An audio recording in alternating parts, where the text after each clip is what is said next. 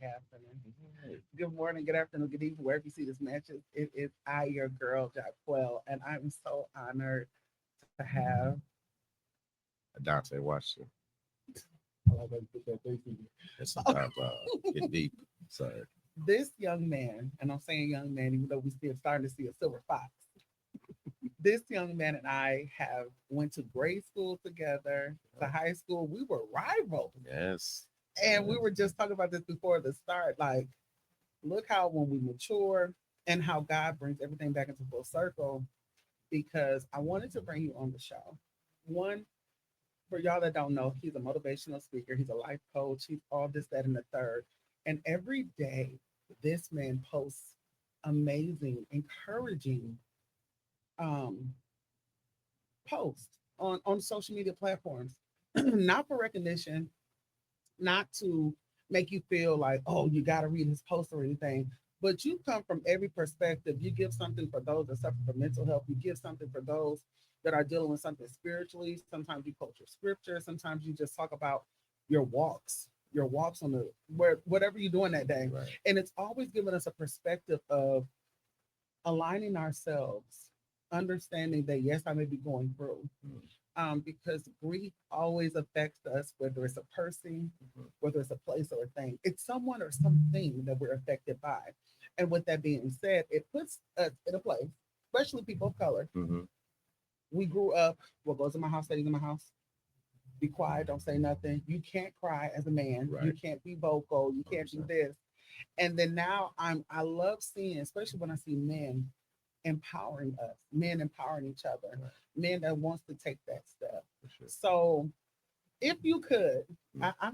I always tell people I'm not really the best at introduction, but if you could give us who is, because we call you Dante, Right. but who is Adante Washington? Um, I guess just a collection of all my experiences.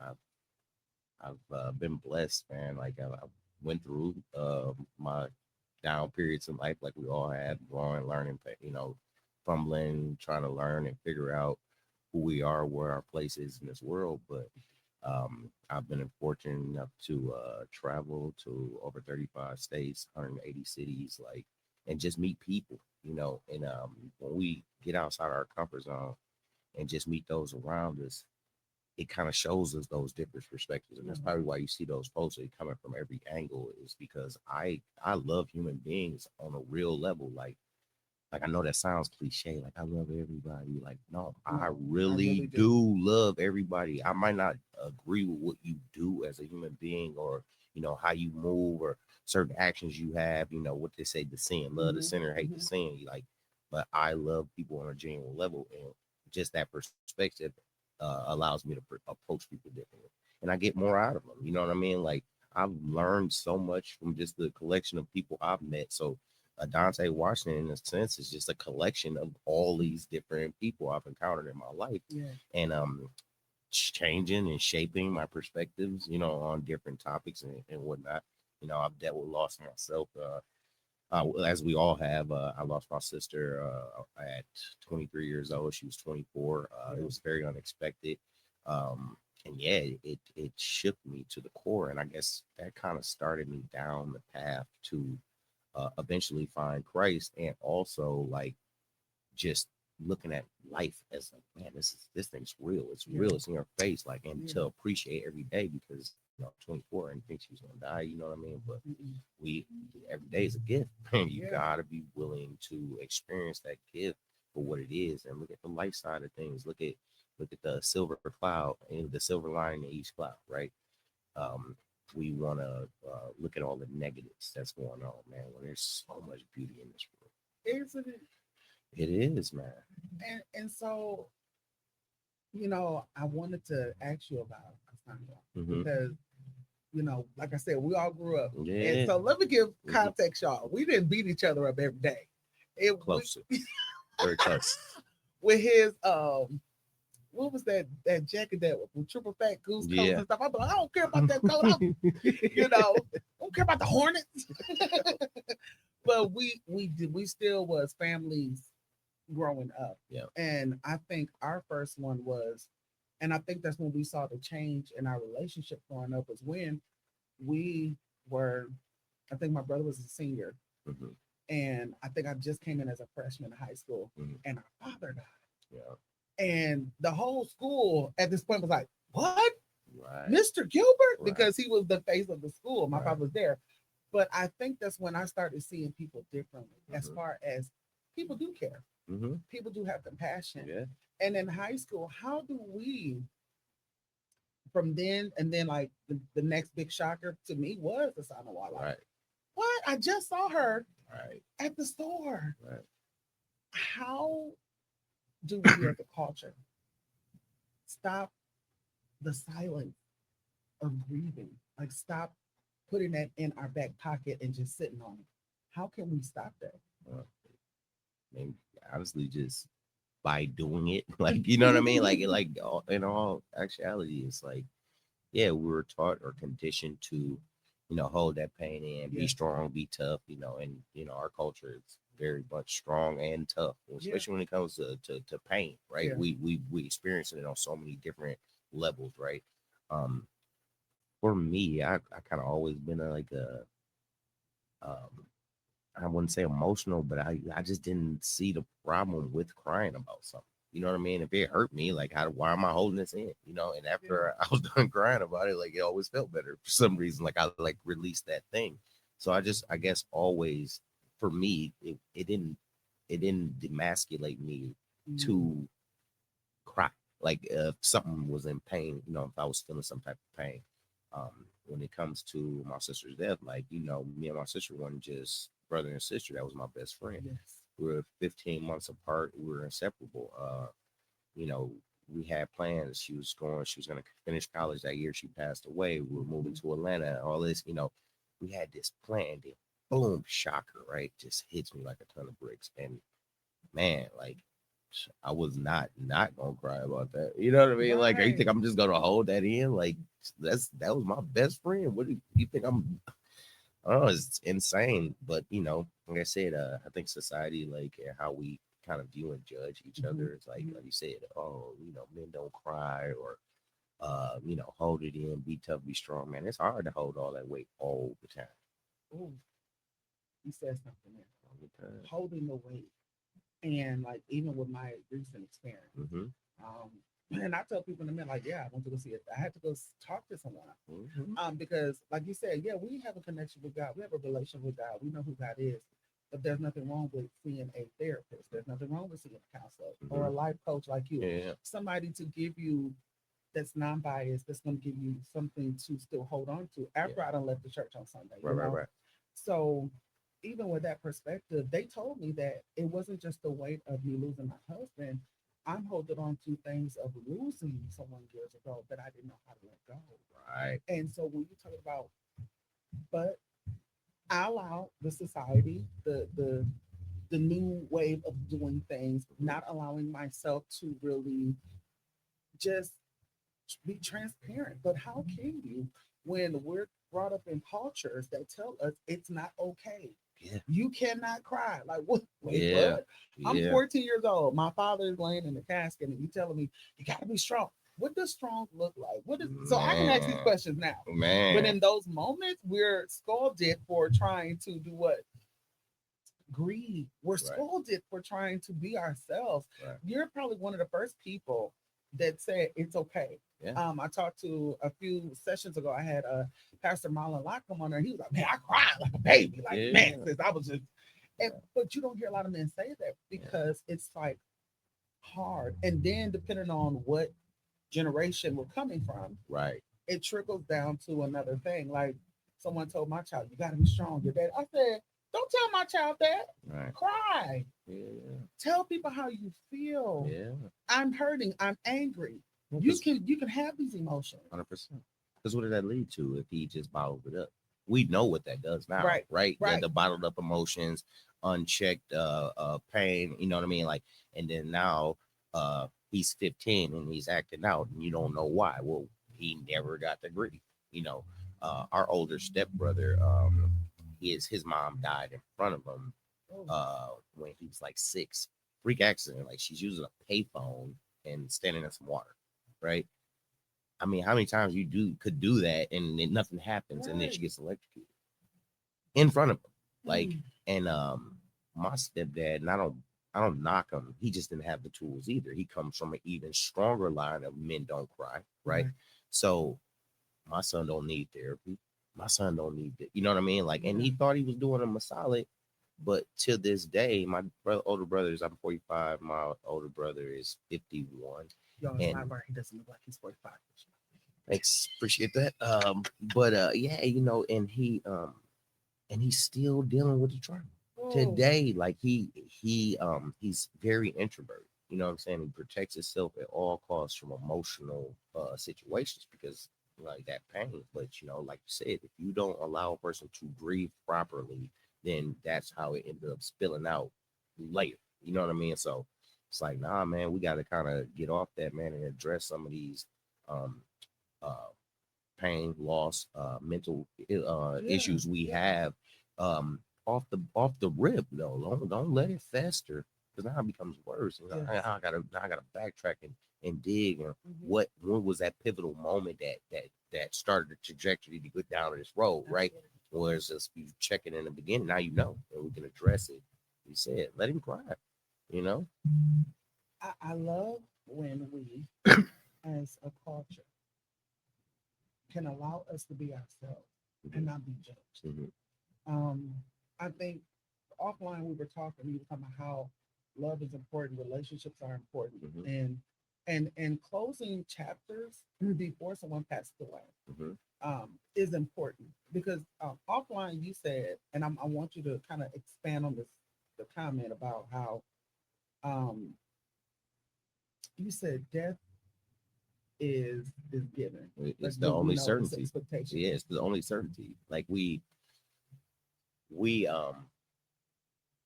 cry when we hear a friend dies Right. or a loved one of any capacity dies, right? And but we're all shocked, right? Like, oh, I just was with them yesterday, or I just Yeah. seen this person, right? And it's like, yeah, that's always how that's gonna be. Mm, It's never that's not really the shock, right? The shock is the days that we get. Death is a certainty. We will not. I don't care can't skip how, it. dude. I don't care how healthy you get. You can be in the best shape of your life, and at 150, you still going. You know what I mean? Right, Like if right, you right. if you in shape to the point where you can live to 150, and you won't see 151. It's just coming. Well, it made me think about like I said, after my sister passed away, it numbed me to death. Right, Mm, like I was like, damn, this is real, and it happens. Like it was so close to me, right? At that point, I think the only person I had lost was my grandma, and I was like 6. Like, I didn't mm, understand it, right? But that hurt so much that it almost like so every funeral I've been to after, it's hard for me to cry. Like like I'm not like heartless. I just understand it. That's the day. You know what I yeah. mean? And if I ever do feel like recently I was at my uncle John's funeral, and what made me tear up that day is seeing the pain on all of his family's face. Mm, You know what I mean? Like now yeah. I sympathize with that for sure because Yeah. I get it. We miss our loved ones, Mhm. but as for me, seeing people in that casket don't hit the same after seeing sis in that casket. I'm like, he had a good run. You know what I mean? Like, and one day I'll be sitting in that casket too. You know what I Wow. mean? And it's just the reality of it. But we act like death when it comes, it's a shock. Like, oh man, this person died. Like, dude, now I get it. Maybe you go too young, right? So that Right. shocks us, Right. right? Right. But you took my uncle John. He died on his like I think 76th birthday. On his birthday, he passed away. But he passed. He had just had a birthday party that weekend before. He died on a Monday, so that just like 2 days early, we was just all Wow. over there.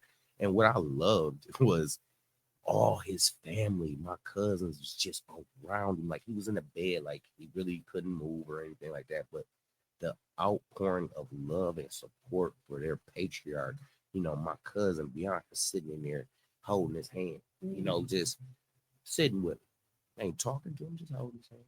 Granddaddy, love you. People coming in and out the room showing their respects. And then he passed away 76 that Monday. And I'm like, man, he won that. yeah. He had a great life. he had a great showing of love and support Yeah. around him to this dying day. Like, man, in that respect, I can't be sad. I'm sad, more sad for people who been out of shape with their loved ones right now while they're here. You know what I Have an mean? opportunity. Yeah, because he it was his time. Okay. So like I said, I went to that funeral, and first I was fine, and then I started seeing the pain on my family's eye, and they um the pain they was going through, and that's what did it for me. I was like, I had to get up out of there. I'm like, all right, y'all, I gotta go outside real quick. What's that name? Yeah. I mean, like, then not that it's like you said, it's okay to cry, but like I said, it was more of what Jesus saw their pain and he wept because he wasn't concerned about the death. He understood I got power over that. And when he saw the pain on them, that hit him. He like, oh. So it's kind of from that respect. Like I see death as just the ultimate guarantee in life. I don't know how to respond to But it's just ethical. It's truth. I mean, sometimes we don't like to be raw about things, but it's that's just the true. problem. We don't be as what you just put out for just blew my mind. Yeah. And let's put this out there. Okay. Yes, I go to church, I do this and I do that. But sometimes it's these kind of nuggets Mm-hmm. that make you look like so now stuff start clicking of conversations that my husband had Mm-hmm. prior to the situation that happened. Mm-hmm. It makes me think, because they thought, they were trying to test me for breast cancer. Mm-hmm. And he's like, baby, you gonna live a long time. Right. You know what I'm saying? And he took my phone when they went to go do the procedure and he said, when this happens to me, it's almost as if like some people just kind of get that knowledge of like, I feel like something's happening. Exactly. Let me prepare. And those are like, that's wisdom, that's Mm-hmm. knowledge. But we as the other people, the recipient Mm-hmm. of it, we be like, but why? Yeah. You know what I'm saying? Like, Yeah. why did this happen? Why did that happen? And everybody situation isn't the same. Right. 100%. But I think as a culture, as families, as this and that, we become very against each other a lot of times, Mm-hmm. depending on how a person passed away, or Oh if yeah. they passed and was it something that they had, or Yeah. can I have that watch? Unresolved. Yeah. Yes, All kind of weirdness. yeah. And so you're this amazing motivational speaker, leader. So I'm telling you right now, I got to do a part two. Got to do part two, but I have to. This right here just messed me up. But understanding that we are all going to, I mean, we know that we're all And going to you die. know We're this. going to leave And this you earth. know this. But you just broke down something that was so like, if we understand that this person has gotten themselves together, they did everything possible, even if maybe back in the day they didn't have the best life, but Right. at some point there was a resolution. Right. We should not have the guilt in our heart. Mm-hmm. And I think that was an issue that I had, even with the loss of my husband. Like, could I have done this more? Could I have been there for him more? Could I have done this and that? Could I have done? And then you checking off like the boxes of yes, you was the wife, you were doing. Mm-hmm. What can you give? Right. Why do we have this guilt that comes with when someone passes away? As if, and I'll say sometimes the enemy do play with our mind. Yeah. To make us feel like you weren't good enough. 100%. I'm pretty sure when Asanawa passed, thoughts Oh, the started playing with deceiver. your mind. Oh yeah. The That deceiver. Yeah, he'd do oh it. y'all Do it argued every live. day, or y'all did. I'm just saying. Just Yeah, thinking yeah. myself. For instance, right? Yeah. Like, okay, so let me back it up. So to the point where like you saying your husband always like giving you indicators, right? Dude, my sister told me like 3 separate times like she was gonna die. She said, when I die, I know where I'm going. And like you know how we just talking about something. We talking about, oh man, the Packers need playing good. Hey, I know where I'm going when I want to die. And I'm like, wait, what? Like this is out of context of what we're talking about. What that got to do with Exactly. the game? And guess what? 50 years from now when that happens, cool. Right. I'm glad you know where you're going. And she said it over the course of a year, 3 separate distinct times. And then when she passed away, now here comes the guilt, right? So she was in the hospital the day before she passed. And dude, I'm telling you, if anybody knows me and my sister's relationship, my sister had asthma real bad. So she would go to the hospital quite often for breathing treatments or whatever. And dude, I go up there every time crying, like, "Ooh, he's okay." Dude, and she'd be sitting up in the bed laughing, like, dude, like, relax. And I'm like, shut up. Like, so the last time she went in was the first time I didn't rush up there crying. I said, she good. This is normal. This is what happens, right? Mm. And finally, my cousin, like, you need to go see your sister.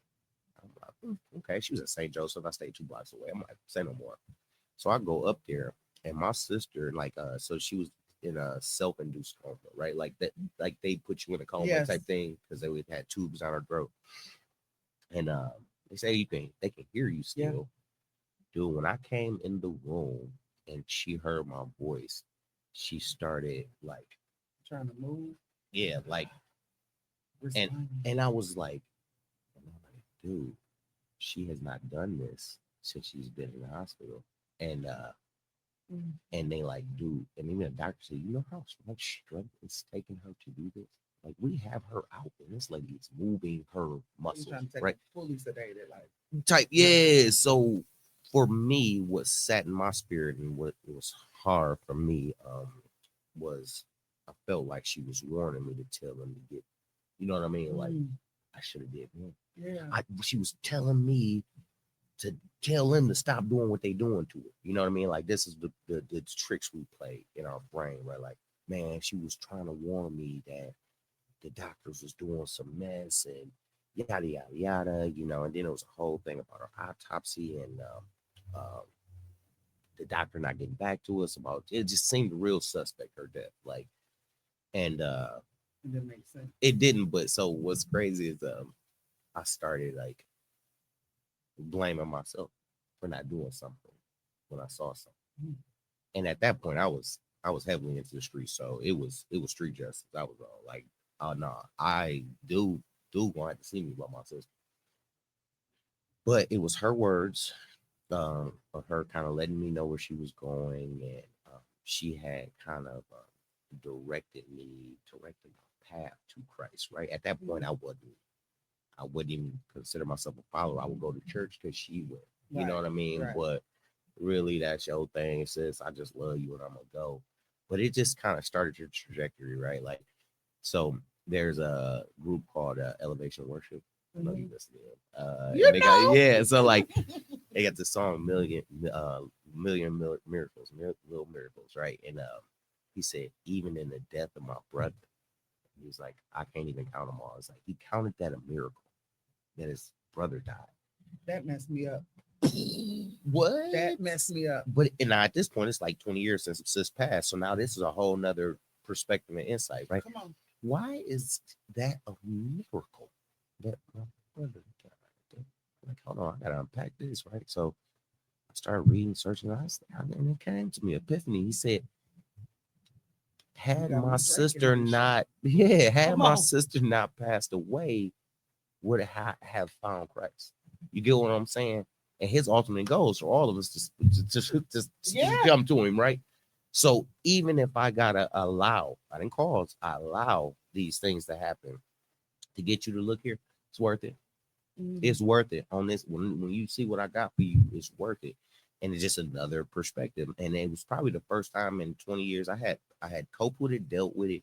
For the first time in 20 years, I was like, I accept it. And I like kind of fully let it go and just thanked him. I even thanked him for it. I was like, man, thank you. Thank you for taking her. Because eventually it led to me to where I'm at now in my life. You know what I mean? And I know she will be proud of me today. You know what I mean? Like, so my mom, they always joke, she up there in Jesus' ear, just like, hey, whatever you got to do, get him up here. You know what I mean?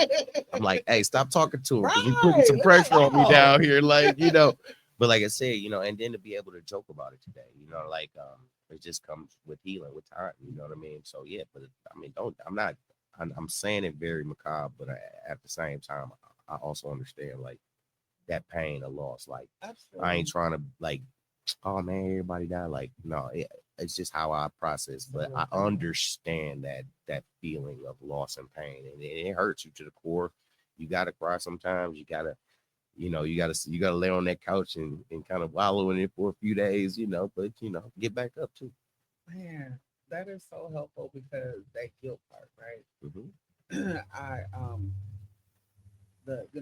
seeing my husband, bringing him some dinner, bringing him some lunch. He's being silly, our normal routine, whatever.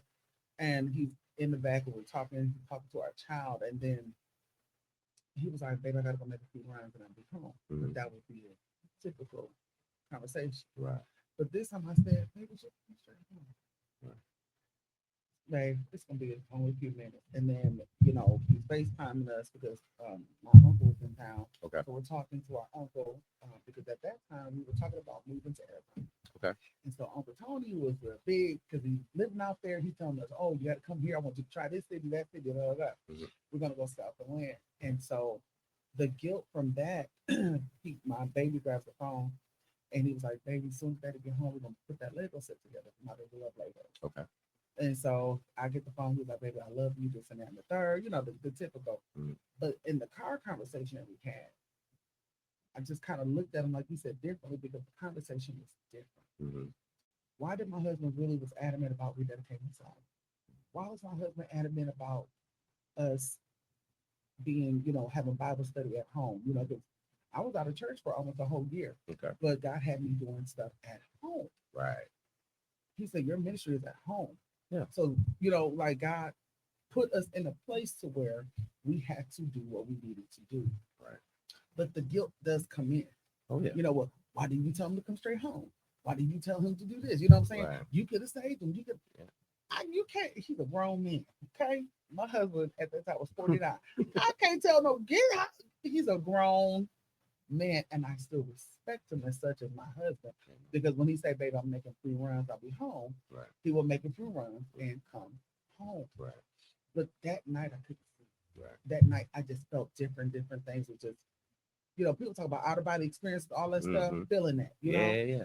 But now where I'm at, the acceptance hits different. I'm like, thanks God. My marriage to him was to get him saved. That's a slap in the face. Well, Lord, could we have this discussion prior to we got together? Right. This was the purpose of us being together was to get him saved. Right. The ironic day that we met, I was doing a photo shoot. Not and that's why I said that conversation in our car when I was at his job was just weird. Okay. Do you know that I was walking down the street praying to God? I want a wife that's in church. I want a wife that's this and that. And I'm being silly, getting ready to do a photo shoot. About to bust my head with some red stilettos, trying to put them on. You know what I'm saying? Yeah. Being silly. And I'm talking about, I'm walking away from him talking about, all right, don't let this love of the divine get you. Right. But that we laughed about that conversation, not knowing that would be the last face-to-face conversation that we have. Right. And I know that things happen in spurts, and I know that people, places, and things happen because I gotta have you for a part two. Because I want us to talk about the struggles that we dealt with after someone leaves our life. Because mine was after my husband left, I didn't work. Right. I couldn't work. It was other stuff that happened financially that was going on. It was like a calamity. It felt. But I still had this peace. Yeah. God telling me to do a podcast. Yeah. Wait. Yeah. This podcast is from my husband. Right. He was like, babe, we should do this. You with the master's, you about to graduate. You should do this, you do that. You're gonna be a great counselor, but I think they should see you. And I'm like, so what you gonna be doing? Sitting on the side eating chicken or something, whatever. I'm gonna give you the ideas and stuff. It's like I would give him ideas of jokes and stuff on Facebook, and he would do the reverse of this and that and the third. But I want us to talk about, so y'all have to come back for part 2 because Mr. Adante Washington, this amazing motivational. If y'all can't even catch it now, you gotta get him in. I know he said that he's been national, but I want to speak that he's going to go global. Constantly, global. Get your passport ready and go across the world to teach. It's the next generation. Yeah, where are we? How can we speak life into them? Because I know that what we will feel is heavy. My 5-year-old God has used him to speak life, and to help me in some dark areas that we face. So yes, I need y'all to come back for part 2. So as I get ready to close, I'm going to let you close us out today. Something inspiring, something that could help lift us up until our take 2. Okay. Well, like you said, you hit the key. It's like speaking life into others. It's like one thing I love about my friend group is we don't have a problem lifting each other up. Mhm, You know, mhm. my friend, shout out to Brad Fax and KB Several Levels. These guys, like, man, they are so motivating, and they're Okay. always motivating each other. They both do music, so they're always each other's cheerleader, so to speak. Mhm. You know what I mean? Like, but it doesn't take anything away from them to give another person their flowers. And Absolutely. we got this world we live in. We're so self-absorbed and we're worrying about what's going on in our own lives. I think sometimes, man, we gotta take things a little slow things down, man. Like almost like slow motion, so you can see better, right? You Yeah. know what I mean? Like, but also, just lead with love and be positive, man. I'm telling you, it shapes you. It will, and it pays you back. It comes Yeah. back in tremendous form if you continue to put Mhm. it out. And some days I don't feel like it. Some Yeah. days I really do not feel like being positive, smiling. But it's something as simple as putting a smile on your face on days you don't feel like it, Come on. because it attracts so much positive to you. I actually had somebody stop me the other day out there where I stay at, and it was like, dude, you always smile. I'm like, what is it to be depressed about? Mm. There's always something that I can probably find if I want to be upset about, but also I can take that same energy and find something positive. So I think that's the takeaway. Like, lead with love and keep a smile on your face and put positive energy out there, man. Call some of your friends you ain't talked to in a while and just tell them, man, that you proud of them. It's something simple. It'd be simple stuff like that you can do to keep yourself in a good Mhm. space and that positive energy, but also those around you. If we all vibing on a positive connection, can't nothing but some good come of it, right?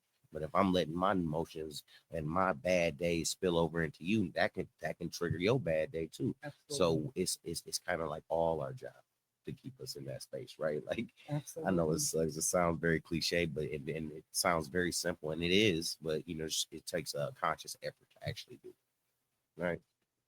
And with that, folks, I ain't got nothing else to say because he done said it all. So until next time, you won't give up, you won't give in, you will not abort what has been predestined of your life. You will not go and subdue until diverse temptations. You will overcome it all. Until next time, stay amazing. Have a great day.